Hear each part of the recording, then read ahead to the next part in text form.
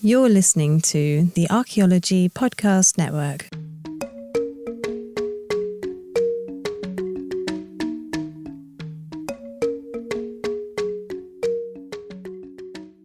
Welcome to episode 77 of A Life in Ruins podcast, where we investigate the careers of those living a life in ruins. I am your host, Connor Johnin, and I am joined by my co-host, as always, David Howe. Carlton is currently in Siberia hunting newly unextinct mammoths with Dr. Devin Pettigrew and could not join us today. So hopefully he'll make it back for next recording. So in this episode, we are chatting with Dr. Robert Lassen, Principal Investigator for AmaTerra Environmental. Robert received his Ph.D. from the University of Tennessee, where he specialized in lithic technology and studied Clovis and Folsom cultures. He has worked at a multitude of sites throughout the Republic of Texas, including Gault and Topper in South Carolina. Robert is an expert flintknapper and was also David's Human Origins TA at the University of Tennessee. So let's strike the platform on this core and get into some stone tools. How are you doing today, Robert? I'm doing great. It's an honor to be here, and thanks for having me. Awesome. Yeah, thanks for coming on, dude. I think we were chatting the other day about some alleged things, and I shouldn't say it that way. Talking about some footprints. Yeah, that's the big news. Yeah. And I was like, hang on, I don't think I've had you on the show yet, so let's get you on. And then you immediately were like, yeah, sure. Mm-hmm. But yeah, you were my TA, my sophomore year of school. And I think you're definitely one of the major reasons I'm in this field, because I was like, this guy is cool. And I like this subject.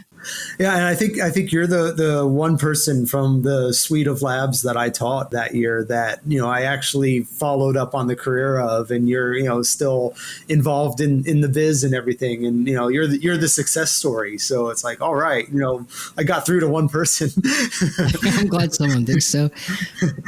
Yeah, but yeah, dude, was it Human Origins? So you would have the different skulls. And I remember picking one up and leaving a lab quiz. And I think there was a girl in the class I was trying to impress. So I picked up the skull and I was like, looks like I've made some headway in my education. And then I just left and it wasn't great. But I think I remember that girl because you and her would stay behind and ask me questions, but I don't remember her name because I don't know if she's still in archaeology or not. Oh, I do remember. Maybe it's a different girl. I don't know. I think it was, but I do remember her because she always asked awesome questions too. Mm-hmm. How was David as a student? Was he just a joy to be around, or was he? He was a really good student. I feel like as he went into archaeology further, he started more embracing his own Neolithic past.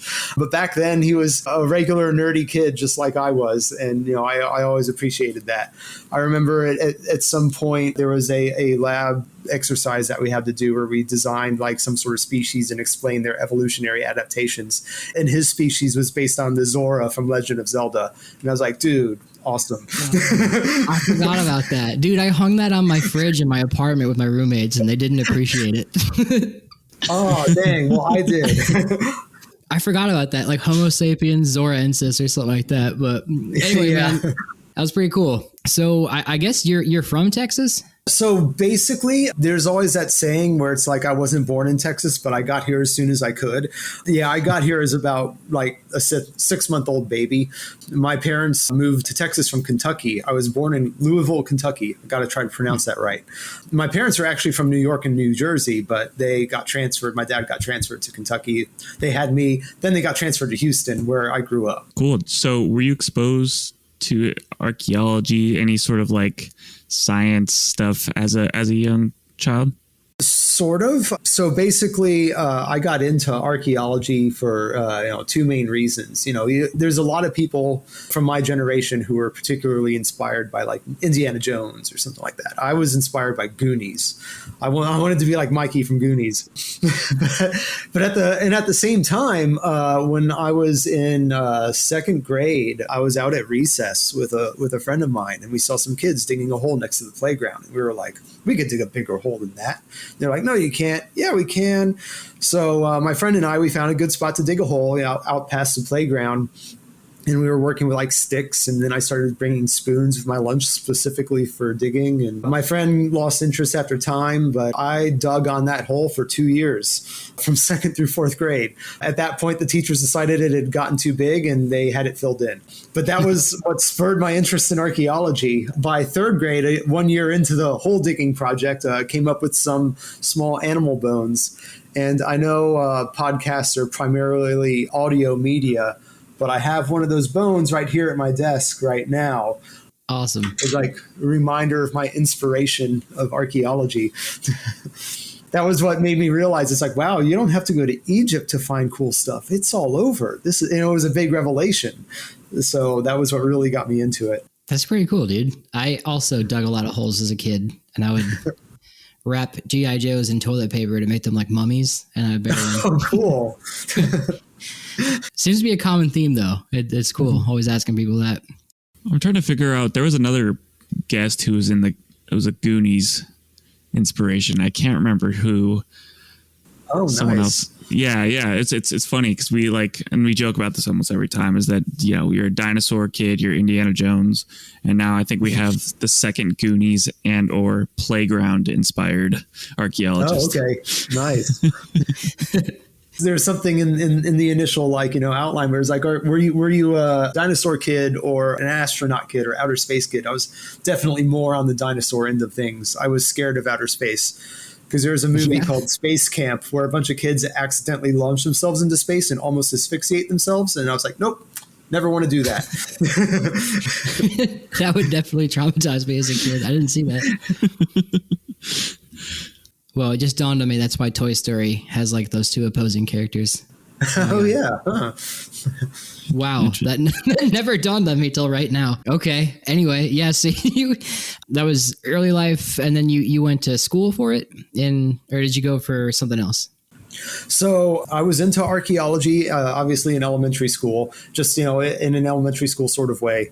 When I was a teenager, my parents had moved out to a different neighborhood, one that was more like, not necessarily country. I always like to call it the shrubberbs, where it was like, as the suburbs expanded out into the country. And it was a neighborhood that used to be a cotton plantation. And at the entrance of this plantation, there was what we called the gin house, where it was a house that held a cotton gin inside of it. And I thought it was really cool. Unfortunately, the neighborhood ultimately had it torn down because it was either do that or restore it. And they didn't want to spend the money to restore it. And it was becoming a liability because it was dilapidated. So I didn't like that. But I still wandered around the property and looked around. And eventually I found this small rise in the ground that had kind of what looked like a circle of bricks just sticking out through the grass in the center. And I was like, that looks like a well. I'm going to dig in it.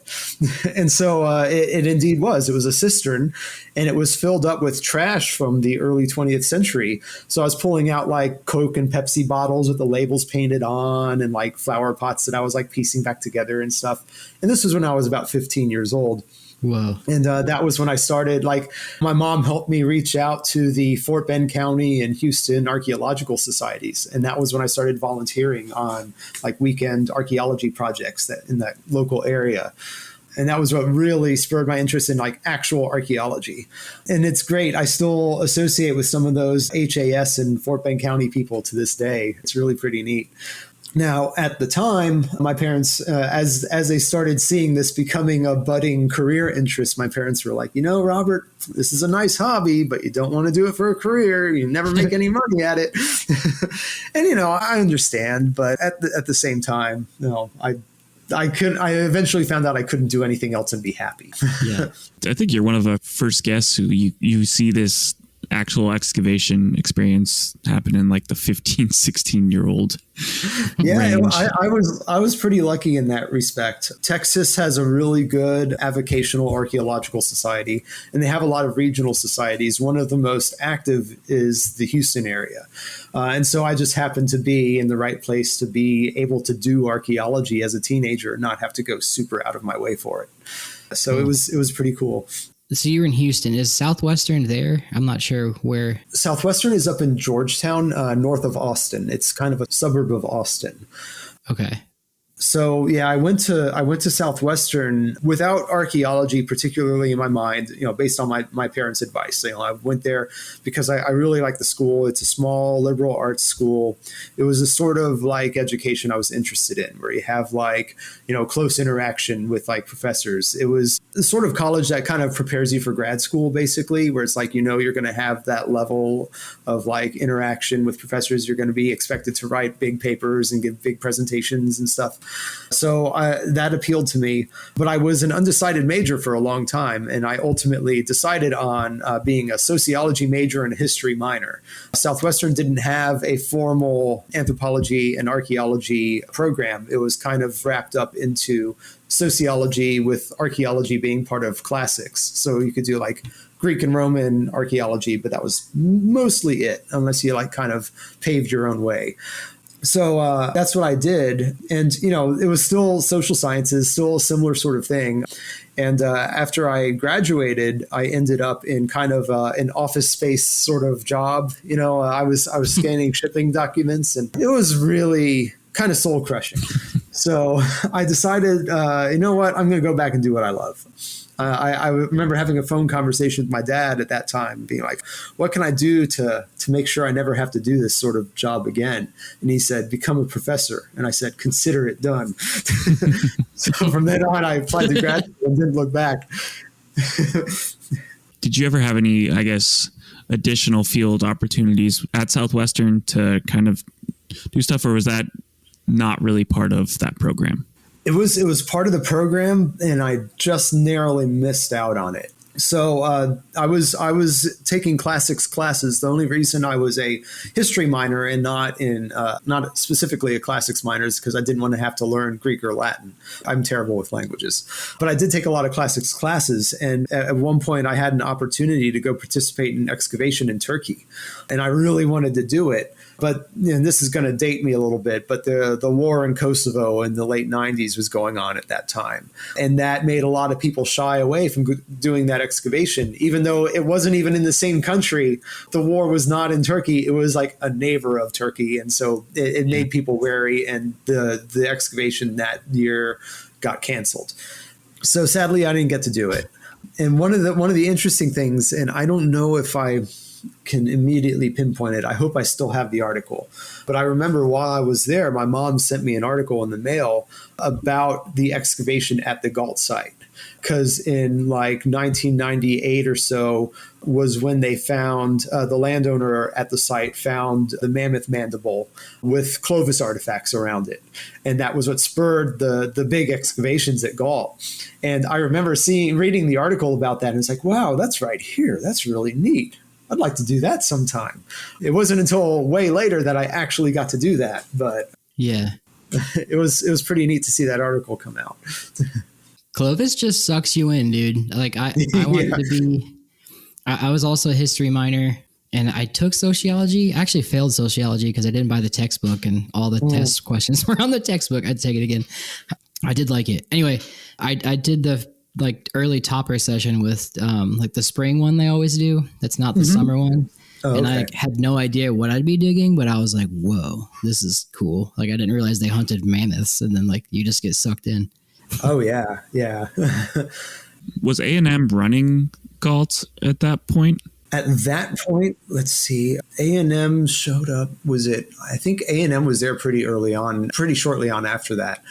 I think there was a UT field season first. And then I can't remember how A&M and TAS, the Texas Archaeological Society, overlapped. But A&M was pretty close on the heels of the initial excavations, at least for Area 8.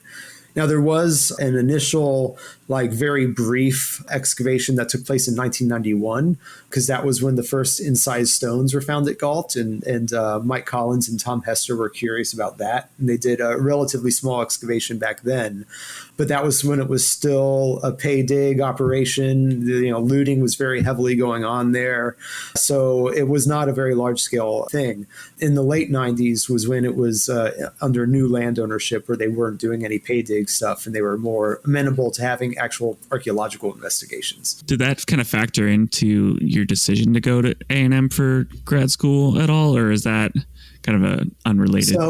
funny story. I always tell people, and it's only kind of half joking, that a lot of the things I do in life, I do out of spite. So once I decided that I wanted to do what I loved, I wanted to do archaeology, I didn't have a specific focus. I was just like, I want to do archaeology. So I applied to the University of Texas, but I think my issue was that I was too general, like in my personal statement. I didn't have much of a focus. And I kind of just assumed I would get in because I was a good student in undergrad. It's like, hey, I was a good student, they'll let me in. They didn't. I got rejected. So I'm like, fine, you're going to reject me? I'm going to your enemy. But this time I'm going to do it right. I'm going to go there and I'm going to meet with the faculty. I'm going to, meet with them face to face. I'm going to shake hands, see what they're into, see if we get along. And I did. I got along with the faculty there. And I think at the time they were taking a gamble on me, but fortunately it worked out and I ended up with a good career out of it. I'd say so. Yeah. What's the beef between Wyoming and A&M? So I don't know. That I don't know. I could think of other beefs with Wyoming and other people and other beefs with A&M and other people, but I don't know specifically about those two. You went and toured A&M, right, David? And kind of got that. I also was rejected from A&M for not, or I guess you were not, you weren't rejected from there, but my my proposal wasn't, it was too all over the place, Dr. Graff said. So I was like, all right. It's just, I want to do dogs.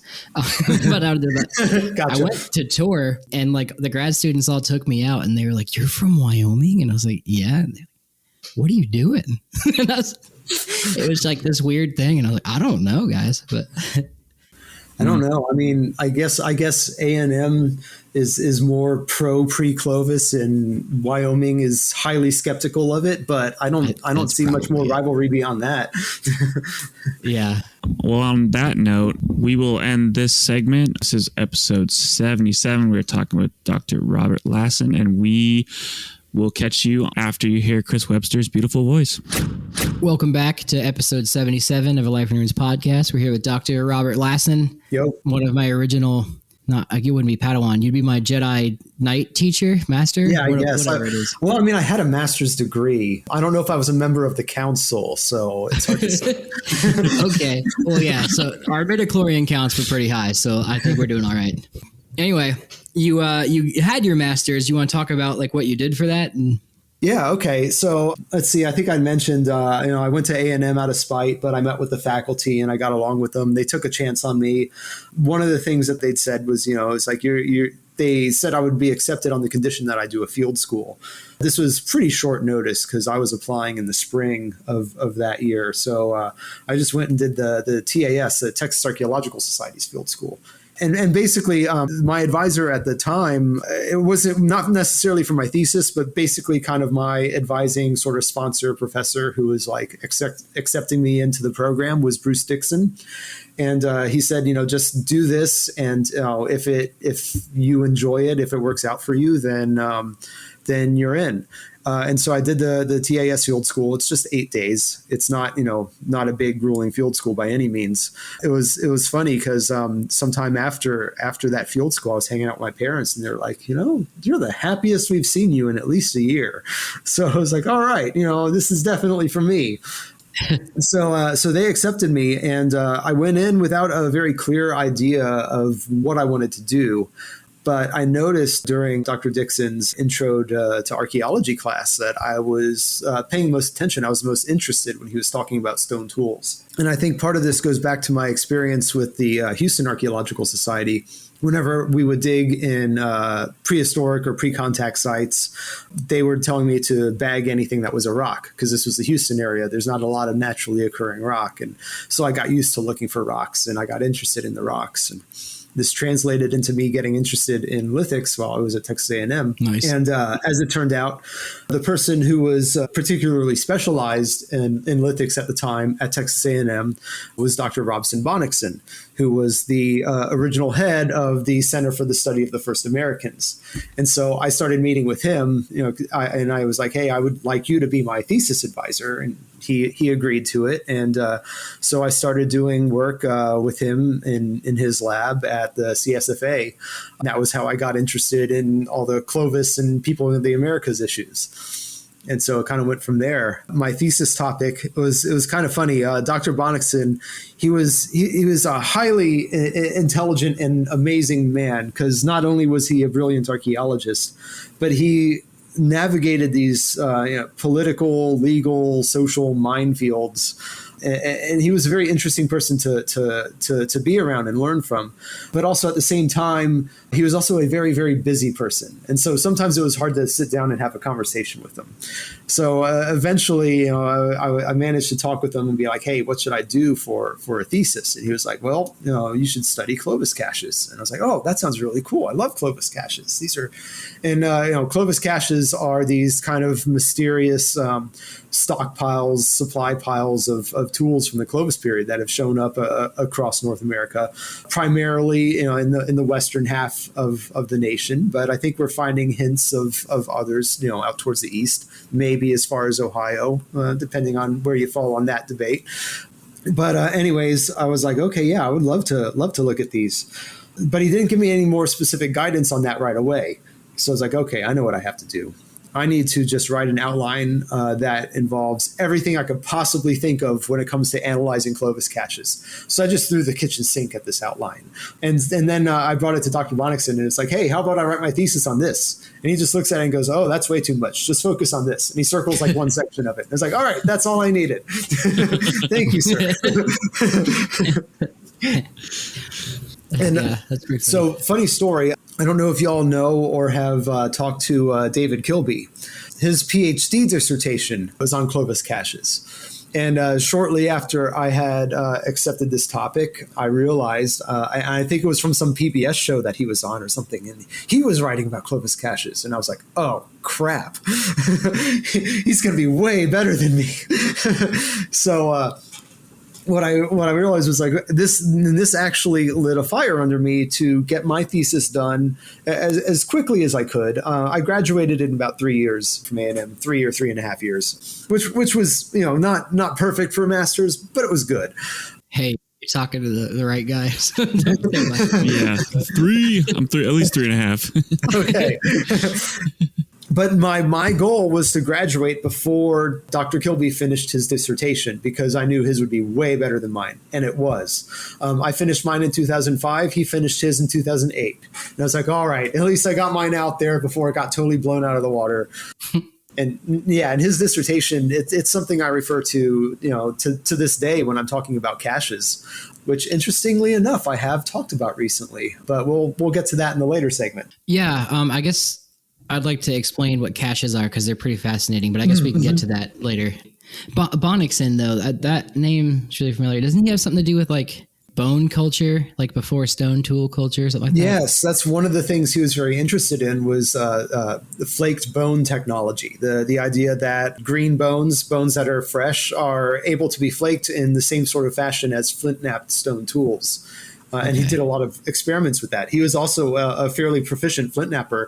And he did, I think, the second ever flint-knapping demonstration I ever saw was from him.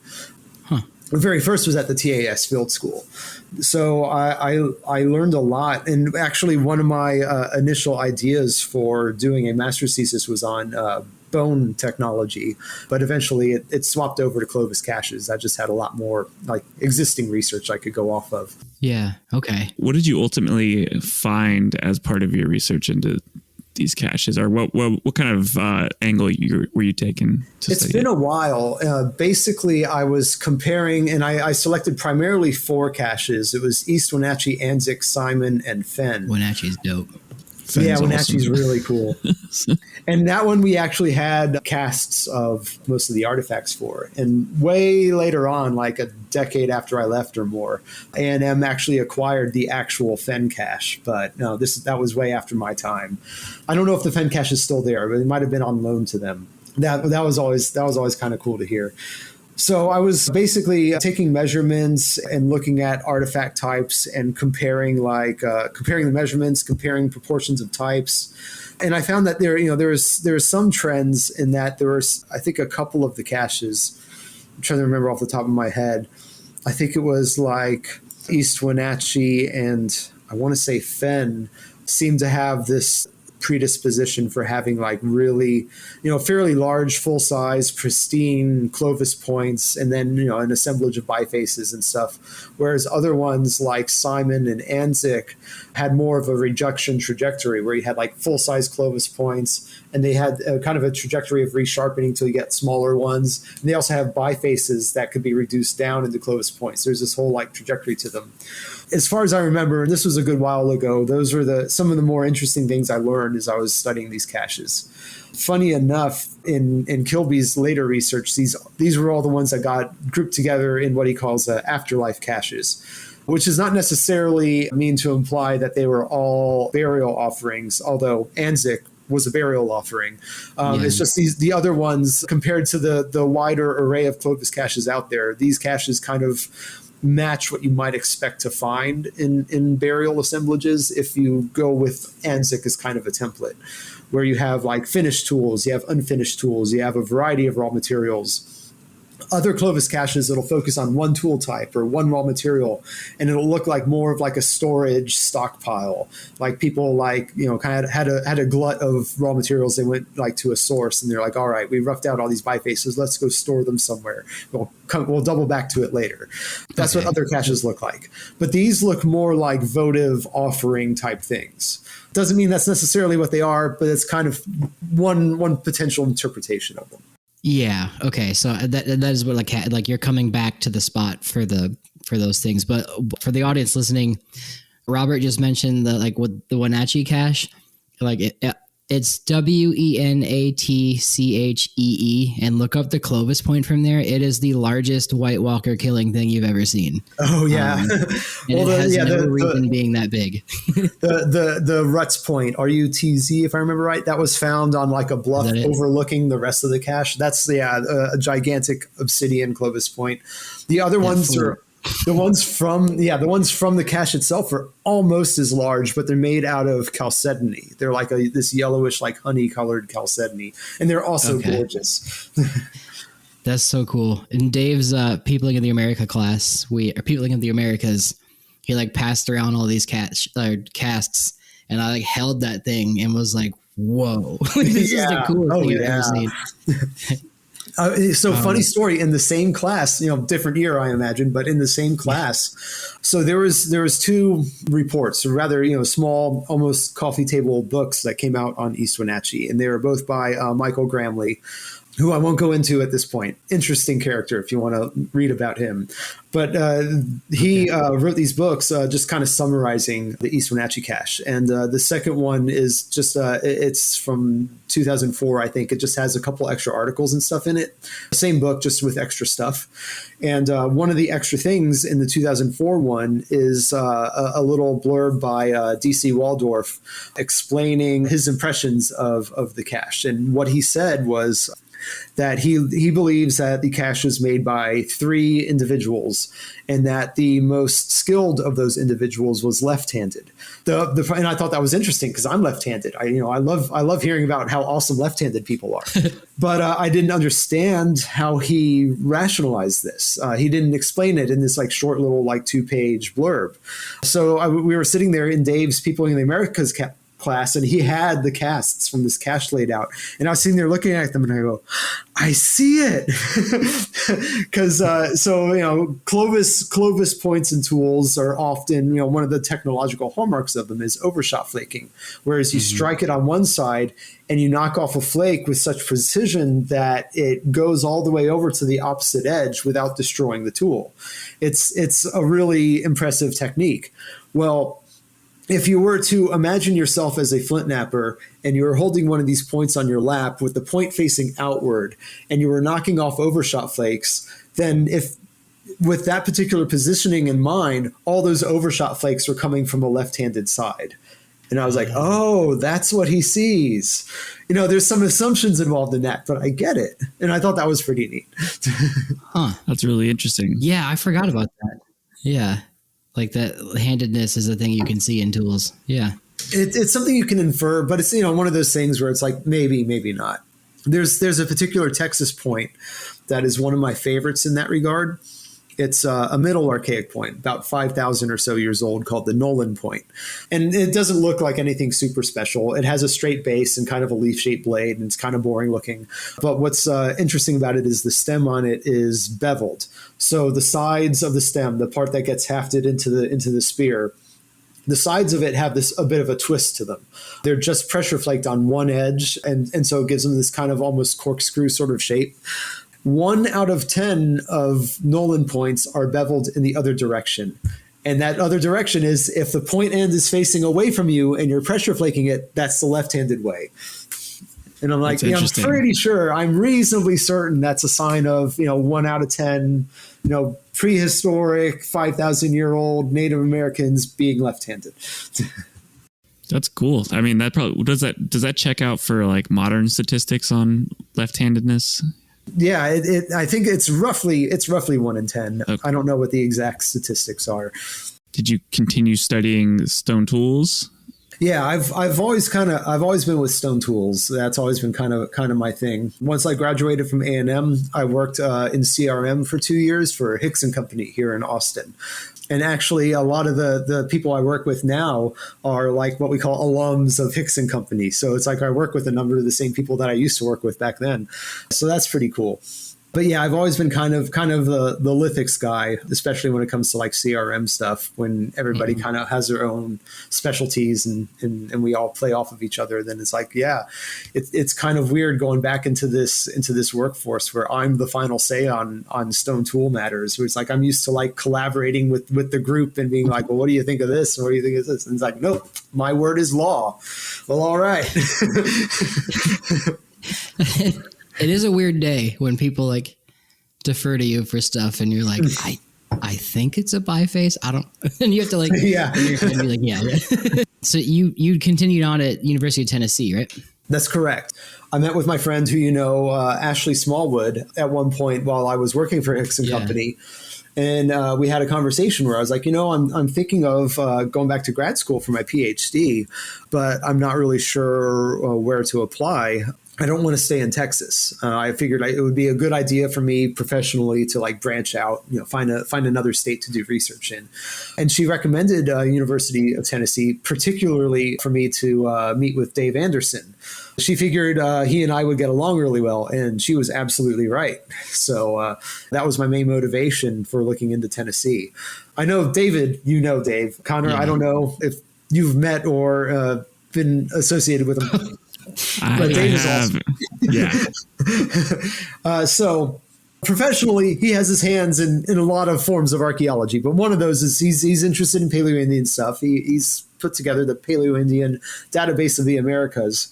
In a more extracurricular sense, Dave is a huge sci-fi fantasy nerd. His shelves in his house are just lined wall to wall, all 3 floors of his house, with books of sci-fi, fantasy, and archaeology. He also brews his own beer and mead. So many wonderful times have been had at Dave's house, just perusing his collections and getting hammered. He and I got along great because, that's all the sort of stuff I'm into. So I could talk to him about anything. And he's just a wonderful guy. He's very supportive of his students. He's a very good professor. And he's just a genuinely kind person. Just a heads up, this is not the David Anderson who's been on the show twice. Oh, there's a lot of David Andersons. This is another person who we will have on. David G. Anderson. David G. Anderson. I think the other one's David S. Anderson. Before we end the segment, I want Connor to tell his story, but before I forget, he's a huge nerd. And I'll never forget this. Like, it was one of those parties he had at his house where you dig through his freezer for the Cadbury cream eggs. Yes. And he would get it. He'd freeze them. He's like, oh, everyone just take one. But he has an original first edition Game of Thrones, like the first book. And I was just like, I know you don't have kids, but like, can I get in your will to get this? And he was like, well, it would go to Shane first. And I was like, so distraught that he just even thought to say that. I was like, oh no. But then Connor in San Francisco met Dave. Yeah. So I think I met him maybe like in passing at the conference, said hi. And then we ended up going to, I think, an Irish bar right outside of San Francisco, because you go to archaeology conferences, you end up at bars. It's just, absolutely. It's just what it is. And at some point, the dance floor starts breaking out. Like people start dancing, getting wild. And I look over and just see Dave just going at it, and just had like the most original moves that he was doing. And he was just like absolutely killing it. And I was like, oh my God, this is just the most beautiful nerdy professor just absolutely slaying it on the dance floor. That's amazing. with his like, I wouldn't say boomer cell phone thing, but like the cell phone attached to his hip, and he was like dancing with us and Stephanie Hacker, and it was really funny. Anyway, yeah. On that note, let's go to the next session. Welcome back to episode 77 of a Life in Ruins podcast. We're chatting with Dr. Robert Lassen, and we wanted to start off this last segment to talk about Texas archaeology. And before we had started this recording, you had mentioned that Texas archaeology is really cool, and I think it's underappreciated in the world at large. And could you explain to our listeners why Texas archaeology is so cool? Texas archaeology is this really cool crossroads, basically. It's a crossroad of environments, of geology, and of people, throughout the time that the American continents had people in them. And it's really interesting, like especially in central Texas, where I live. You never had people really settling down. They were always hunter-gatherers up until the Europeans arrived, and then everybody became settled because it's what we do. Before then, everybody in Central Texas was hunter-gatherers, but they were kind of surrounded in all sides, where it's like, to the east, they had the Caddo. Up north, they had the Antelope Creek people. To the west, they had the Puebloans. To the south, there were the Mesoamericans. And then in the middle, it was just everybody kind of traveling across. It's a really overlooked sort of thing, because in that respect, we don't have these large-scale permanent farming sites. We don't have monumental architecture. We don't have the stuff that really initially draws in archaeological interest. But what we do have is some really interesting environments that make it very appealing for hunter-gatherers to live. Particularly in central Texas, there is the hill country, which is the Edwards Plateau, which is a big limestone outcrop that's been uplifted. And to the east of it is the Blackland Prairie, and then the coastal plain, which are these like kind of lower lying prairies and grasslands. And so what you have are these springs that have cut their way, springs and rivers and stuff that have cut their way through this hill country and are spilling out into this prairie. And it provides this wonderful ecotone, which is basically along the Interstate 35 corridor, where you have Dallas, Fort Worth, Waco, Austin, San Antonio. You have all these like modern civilizations going down this corridor. Well, that was where all the hunter-gatherers like to live too. And so you end up with these really, really cool sites. Gault is definitely one of them. In Friedkin, which is just 200 meters away, definitely one of them. You also have like the Applewhite Reservoir, where you have the Richard Bean site, which is like meters and meters, like tens of meters of deposition with occupations going back 9,000 years, very perfectly stratified. You have some amazing archaeology coming out of this. But they were hunter-gatherers, so you have what you end up with is features, cooking features. You have hunting sites, you have stone tool production sites. Sometimes you have caches. It's just not the big monumental stuff that most people who are not used to archaeology immediately think of. It's not like pyramids, it's not pueblos, it's not mounds. So it gets neglected. And so I think it's really nice to give it more attention. And I'm glad that I feel like in recent years, particularly with sites like Gault and Friedkin, it is getting more attention. So it's a really neat area. And then also out west, out towards Big Bend, you have the lower Pecos region, which also gets a lot of international attention because it has this magnificent rock art. And it's rock art that has been, to some extent, dare I say, deciphered, because the researcher, one of the researchers working out there, Carolyn Boyd, has been looking at this stuff. And she interacted with the Huichol people of northern Mexico. And she saw that a lot of their parades and ceremonies and stuff, the outfits that they would wear and sort of the stuff they would carry and stuff was matching what she was seeing in rock art panels. And so she started asking them about it and what these parades and stuff mean. And she was able to relate it back to the rock art. And some of this rock art is 2,000, 3,000, 4,000 years old. And so it's really neat how this is all playing out. And so that's another really interesting aspect of Texas archaeology that's going on now. And of course, in East Texas, you have the Caddo, and that relates back to all the Mississippian stuff that's going on further to the east. And so it's an amazing region with a high variability of archaeology that goes on there, not to mention all the post-contact stuff, Spanish colonial and onward. Yeah. I mean, it's just a huge state. So you got tons of stuff there. Yeah. That's great. Yeah. The Edwards Plateau, doesn't that produce like a pretty important chert that you see in lots of places? Yep. It's a very widespread and generally high quality chert that's used extensively in Texas. And it's funny, as I sometimes get involved with projects that are outside the state, particularly Oklahoma and Arkansas, I feel like I've been slightly hamstrung by looking at Edwards chert all the time. And it's like, man, I don't know any of these other cherts. It's always just been Edwards all the time. And so I have to, keep up my education on raw materials as I go, because I've been so spoiled by dealing with Edwards chert so much. One of the neat things, side note, about Edwards chert is that it has a relatively consistent long wave ultraviolet fluorescence. It turns like a yellow-orange color, and that's a very useful way to identify it when you have a wide variety of raw materials in assemblage. When I'm at the lab at work, there's a lot of windows around. It's very hard to use an ultraviolet light, so I tend to take my lithic samples into the bathroom. The only place in the lab that has like no windows, and so it's like, oh, there goes Robert into the bathroom with his rocks. I could be remembering incorrectly. Isn't it like it's kind of like a gray, generally gray?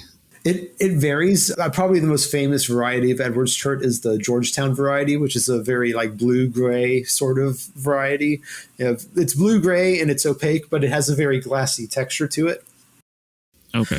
Probably the next most famous variety, I would say, would be the root beer chert out of the Kerrville area, which is, it looks like root beer. It's a brown translucent color. So, and then there's everything in between. There's these kind of like opaque yellow varieties, and there's like, white and bluish varieties. Mm-hmm. So it depends on where you're looking at. I do know I like napping Georgetown, but it steps pretty easily. Yeah, that's the same sort of issue I've had. It does step pretty easily, and I know with the root beer stuff, you can end up, and to some extent with the Georgetown, but not as much. You'll end up with like these like gray, like grainy, like kind of inclusions in the middle of it, and those can be pretty painful.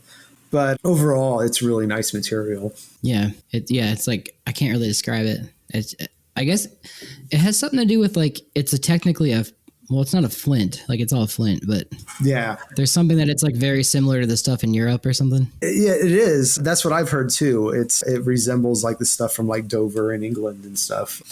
Now I've heard, and it's funny, I've gotten in some really nerdy arguments about flint versus chert, where people will insist that flint is only stuff that comes from chalk contexts. But you read material from like the old world literature, they call everything flint. Yeah. and I had a conversation once with a friend of mine who basically explained that flint versus chert was more of like a marketing scheme.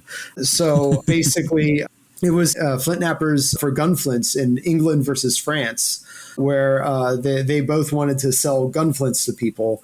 And I can't remember which country said it, because I guess it would apply either way. But let's say England wanted to get the edge on France. You're like, oh, France, that stuff that they have down there, that's just chert. We have flint. And that's where the whole distinction came from. And then people made geological excuses to try to account for that. But it's really just a marketing scam.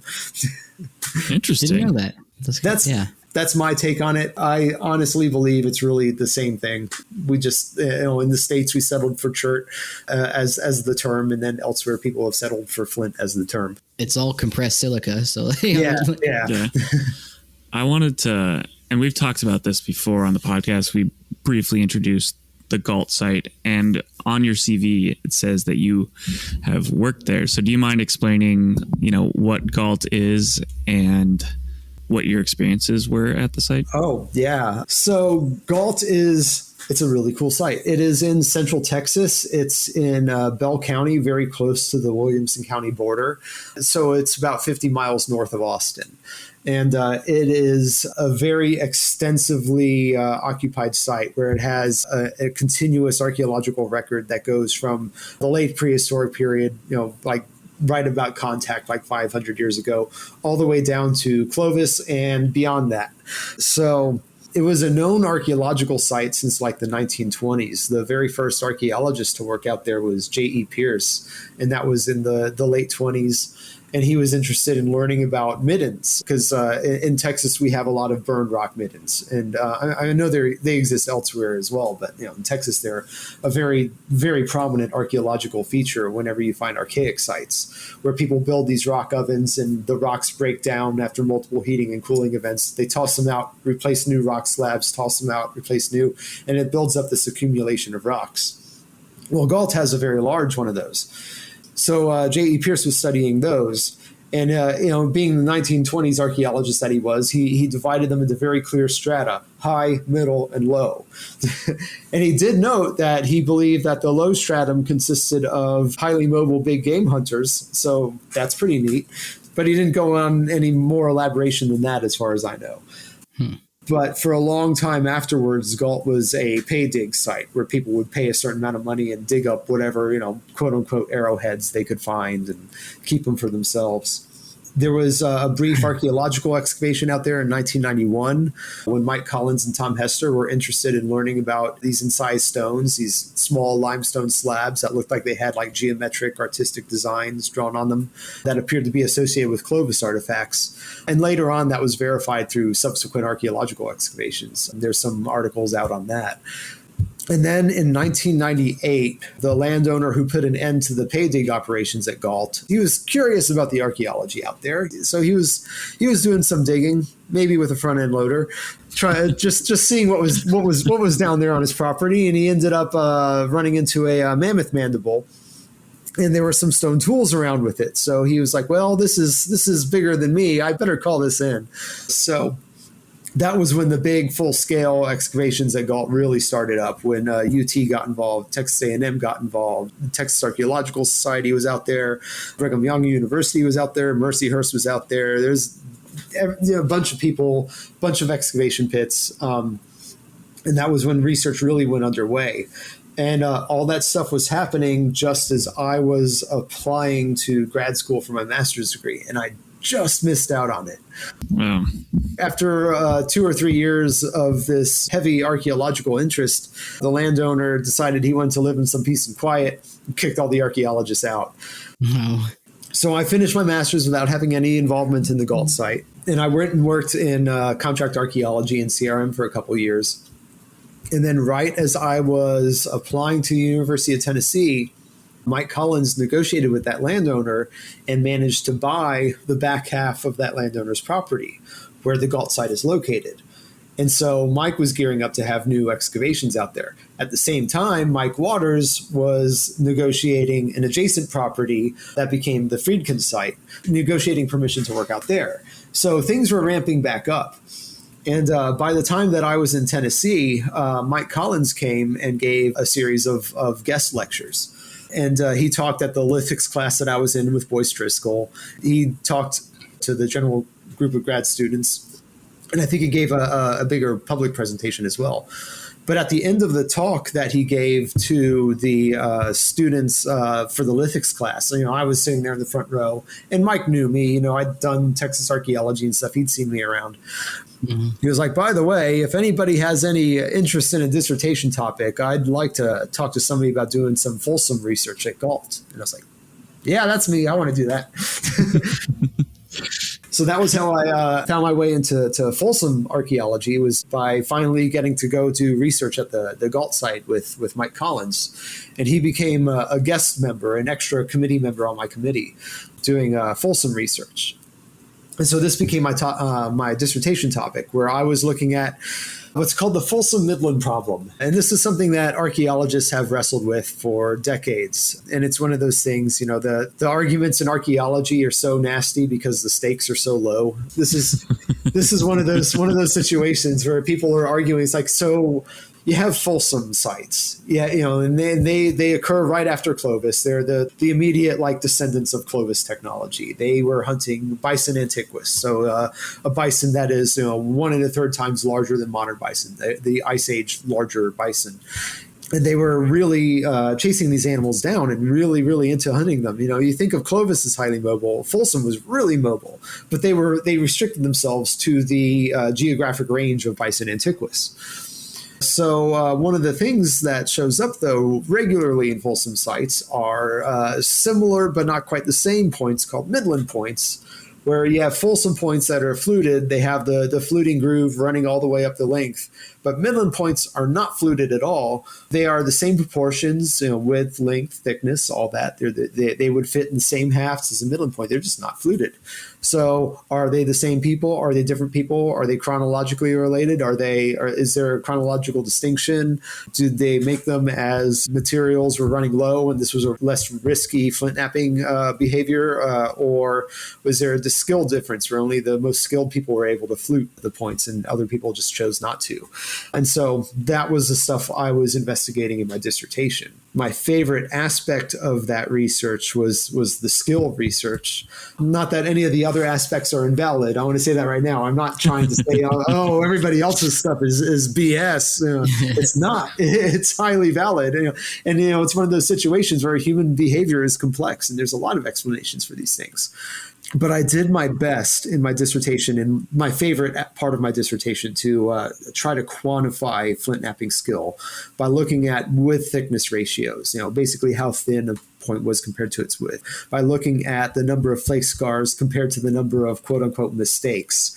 And since Folsom points are fluted, I also looked at preforms, how many mistakes show up on preforms versus what appear to be Midland preforms. And it seemed that consistently Folsom came out on top, Midland came out roughly in the middle, and then on the farther end of the spectrum, you have what was called pseudo-fluted points, where people would just trim up a flake to make it look like it was fluted, but it was really just the ventral surface of the flake. And those consistently had more mistakes than any of the other things. And so that was pretty neat. I got some articles published based on my dissertation, and that made me happy. And my dissertation was not just on the Gault stuff. I started with the Gault stuff, and then I traveled up into North Dakota and stopped at all sorts of repositories along the way, lots of private collections, and I looked at roughly 2,000 or so points, preforms, and bifaces to try to figure out Folsom technology. Correct. And so that was my dissertation, and it was a really cool experience. And afterwards, once I got back and I graduated from Tennessee, I ended up working at the Gault lab and working at the Gault site, doing some of the excavations there. And that was my postdoc, and I was there for 5 years. And that was also a really cool experience. I was there when the first pre-Clovis or older than Clovis or Gault assemblage, it's gone through many iterations of names, but I was there when that stuff was first found. In the deepest excavation of the Gault site, what we call Area 15, we had the Clovis layer. And then immediately below the Clovis layer, we had this very calcium carbonate laden, dense, concrete-like soil. Ew. And I quoted this soil in my level forms. The stratum is called "Oh dear God, no! Please make it stop." It's literally troweling through concrete. Yeah, it's bad. But you get through about 10, 15 centimeters of that, and you start finding bifaces again. And it's like, oh, and I was there when, it's always the person digging next to me. I was there when the person digging next to me found that first biface. Right. I remember it very specifically. It was May 4th, 2011. Well, May the 4th be with you. Yeah. But actually, that was 2 years before, or maybe a year and a half before I finished my dissertation. So I was, that was when I was still doing my research and I was volunteering, excavating out at the Gault site. But yeah, and that kind of blew me away. That kind of blew everyone away, because it wasn't like you had Clovis and then a few little flakes trickling down. It was like you have Clovis, then things get really sparse. then blam, things are big again. So it's really interesting stuff, and I just hope there are more and more sites that come out that verify what we've been finding there. Because I think the only way that we're going to really win over the holdouts is with consistent replication of that sort of find. Mm-hmm. And so we'll see how it goes. What we talked about last week. Yeah. And Gault is what convinced me for sure. But as always, as we say at the end of every conference presentation, more work needs to be done. Absolutely. Yeah. Well, thank you so much for coming on the podcast today. It was really a joy to talk to you and to get to hear about Texas archaeology and hear how good of a student David was. Yeah, and there's so much more I wish I could talk about, but yeah, I guess we're running low on time. So yeah, I guess one last thing we would say, like, do you have any advice? Because you went from a PhD to a postdoc to now a job in CRM. Like, what would be your advice to like an undergrad trying to get into archaeology? Oh man, do a field school for sure. Okay. I've heard rumors that there are some, professors being like, "Oh, you don't need to do that." If you want to be taken seriously as an archaeologist, the first step is do a field school, and that's not just so you look good on paper. That's so that it's what you want to do. Yeah. Because archaeology for most people, you could go into curation, you could go into museum studies side of things, and that's valid as well. But for the vast majority of archaeologists, there's going to be some sweaty outdoor work, and see if that works for you. That's the number one thing I would recommend. Okay. Awesome. And before we end the show, could you dish out a couple of like sources that you would recommend for anyone interested in like Texas archaeology, lithic technology, etc.? Yeah. So for Texas archaeology, there is a book, The Prehistory of Texas. It's a kind of a reference book, more or less. That's how I've always used it for when you want to understand extensively like the archaeology of a region of Texas or a time period within Texas. This is like kind of the go-to book for like kind of Paleo-Indian archaeology in general. Dave Meltzer's, what is it called? I think it's called First Peoples in a New World or something along those lines. Yeah. That's a very readable kind of First Americans account. It's not going to have all the most like up to date, like headline catching pre-Clovis stuff because it's from about a decade ago. But it's a really good summary of the majority of Paleo-Indian archaeology. And then for kind of Texas in general, for a thing that's more like, I guess, approachable to a general audience, there is a really cool website called texasbeyondhistory.net. And that is a website that has a sampling of major archaeological sites throughout Texas that you can explore and look at the results of, look at the excavation process. They have a lot of photos of both artifacts and excavations. You can learn about the people involved in those excavations. And it's a really, really neat, like, educational resource. Awesome. Well, yeah, I have to say this every week, but guys, make sure to rate and review the podcast. I really enjoyed this one. If you want to hear more about this kind of stuff, just let us know. Yeah. Shoot an email, write it on Instagram. For sure. Yeah. And so we ask all our guests this. If you could do it all over again, would you still end up digging and doing archaeology and living a life in ruins? Oh, absolutely. I don't know anything else I could do. I'd say that's how it goes. Awesome. We just interviewed Dr. Robert Lassen. Cool. Well, thank you very much for having me. Yeah, it's been great. See you guys later.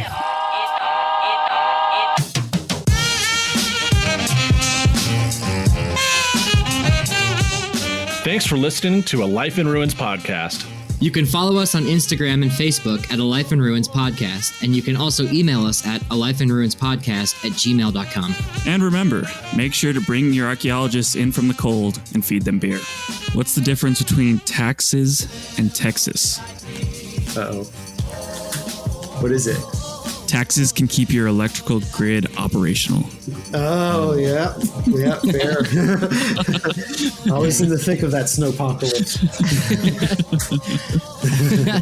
All right. Well, we'll see you guys next week.